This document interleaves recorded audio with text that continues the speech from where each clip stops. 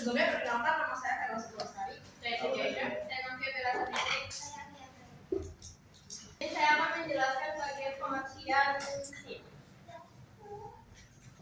Sistem Informasi Manajemen atau SIM adalah sistem berbasis komputer yang mengolah data menjadi informasi. Informasi tersebut nantinya digunakan untuk mendukung perencanaan, pengendalian, dan pengambilan keputusan. Sistem informasi manajemen terdiri dari manusia, teknologi, dan prosedur yang saling terintegrasi.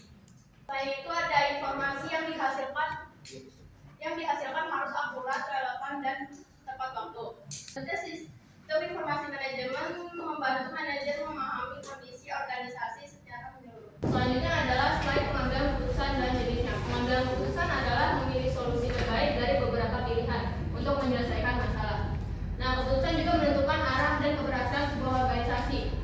Lalu jenis keputusan dibagi menjadi 3, keputusan jenis terstruktur, semi terstruktur, dan tidak terstruktur. Nah, untuk jenis keputusan terstruktur itu biasanya masalahnya sering terjadi dan juga memiliki aturan yang jelas. Contohnya seperti menentukan jam masuk kuliah. Yang kedua ada semi terstruktur. Nah, sebagian didukung oleh sistem dan sebagian memerlukan analisis manajer. Contohnya itu seperti menentukan karyawan yang layak mendapatkan promosi yang berdasarkan nilai kinerja dan juga keputusan dari manajer. Lalu yang ketiga ada tidak terstruktur. Biasanya masalahnya lebih kompleks dan juga membutuhkan pengalaman serta intuisi. Nah, setiap jenis keputusan juga memerlukan informasi yang berbeda sesuai dengan kompleksitas. Selanjutnya masuk ke proses pengambilan keputusan. Yang pertama itu identifikasi masalah, yaitu mengenali masalah yang terjadi dalam organisasi. Lalu yang kedua itu ada pengumpulan data, yaitu mengumpulkan informasi yang relevan dari dasar analisis. Ketiga, analisis alternatif, yaitu membandingkan berbagai pilihan solusi yang tersedia. Lalu yang keempat ada pemilihan keputusan, yaitu memilih alternatif terbaik berdasarkan informasi. Dan yang terakhir itu evaluasi hasil, yaitu menilai apakah keputusan yang diambil sudah efektif. Lalu di sini ada contoh kasusnya yaitu pada PT Unilever Indonesia Tbk. Pada tahun 2023, perusahaan PT Unilever Indonesia Tbk mengalami penurunan penjualan pada salah satu produk sabun di wilayah Jawa Barat. Untuk mengetahui penyebabnya, manajemen menggunakan sistem informasi atau SIM dengan mengumpulkan dan mengolah data penjualan, distribusi, serta harga pesaing di pasar. Hasil analisis menunjukkan bahwa penurunan penjualan bukan disebabkan oleh rendahnya minat konsumen, melainkan karena distribusi produk yang tidak merata dan harga yang kurang kompetitif dibandingkan pesaing. Berdasarkan informasi tersebut, manajemen mengambil keputusan untuk memperbaiki sistem distribusi, menyesuaikan harga agar lebih kompetitif, serta meningkatkan kegiatan promosi. Kasus ini menunjukkan bahwa sistem informasi berperan penting dalam menghasilkan keputusan yang tepat dan berbasis data. Yang terakhir ada kesimpulannya itu sistem informasi manajemen berperan penting dalam membantu mengambil keputusan dengan menyediakan informasi yang akurat, relevan, dan tepat waktu. Dengan adanya SIM, proses manajemen menjadi lebih efisien, resiko kesalahan berkurang, dan kualitas keputusan meningkat.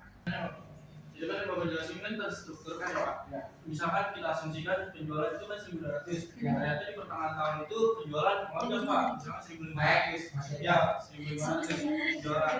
Itu apakah masih bisa dibilang terstruktur atau enggak? Ya terstruktur, jadi tidak ada perubahan Pak di pertengahan tahun.